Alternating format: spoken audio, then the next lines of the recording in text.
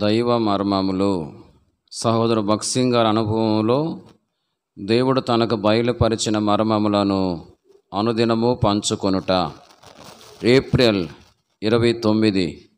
ఈరోజు వాక్య భాగము, మేము కన్నవాటిని విన్నవాటిని చెప్పకయుండలేమని వారికి ఉత్తరమిచ్చిరి. అపోస్తుల కార్యములు 4వ అధ్యాయము 20వ వచనం. ఈ మనుషులను మనమేమి చేయుదము? వారి చేత ప్రసిద్ధమైన సూచక్రియ చేయబడి ఉన్నదని యెరూషలేములో కాపురమున్న వారందరికీ ప్రత్యక్షమే. అది జరగలేదని చెప్పజాలము. అయినను ఇది ప్రజల్లో ఇంకా వ్యాపింపకునుటకై ఇక మీదట ఈ నామమును బట్టి ఏ మనుషునితోనైనను మాట్లాడకూడదని మనము వారిని బెదిరి పెట్టవలనని చెప్పుకొనిరి. ఈ అధికారము లోకాధికారుల నుండి వచ్చినది. అపోస్తులకు ప్రజల మధ్య గల పలుకుబడిని అధికారమును చూచి అధికారులు భయపడిరి. యేసుక్రీస్తు నామమున వారు బోధించరాదని ఆటంకపరచబడిరి. అధికారులు బెదిరించినప్పటికీ అపోస్తలులు పరిశుద్ధాత్మతో నిండిన వారై ధైర్యముగా, మేము కన్నవాటిని విన్నవాటిని చెప్పకయుండలేము, ఓరకుండుట మాకు ధర్మమా అని సాక్ష్యమిచ్చిరి. మనుషుని ఎదుట గాక దేవుని ఎదుట సంగతులు సరిగా ఉన్నట్లు వారు చూచుకొనిరి. నేను ఒక ప్రశ్న వేయుదును. దేవుడు మీకు చూపించిన ఏ ఆత్మీయ సత్యం విషయమైనను ఇతరులకు చెప్పక ఓరకుండుట ధర్మమా? ఈ కష్టమునే మనము తరచు ఎదుర్కొనుచుందుము.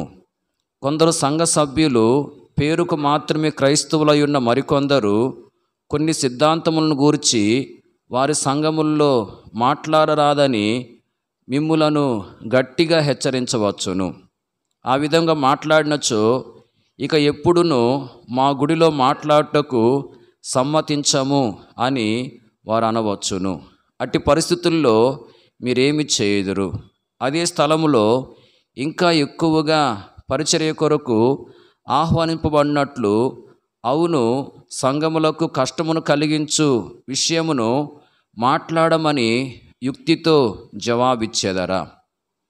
పరిశుద్ధాత్మ యొక్క అధికారం వల్లనే మనకు మేలుకరమైన ఫలితములు కలుగును. ప్రజలు తమకు దేవుని వాక్యము అక్కర్లేదు అన్నచో దానికి వారే బాధ్యులు. నీవు మాత్రము నీ బాధ్యతను జరిగించినావు. అది ఏమైనను సరే దేవుని వర్తమానమును నీవు ఇయ్యవలెను.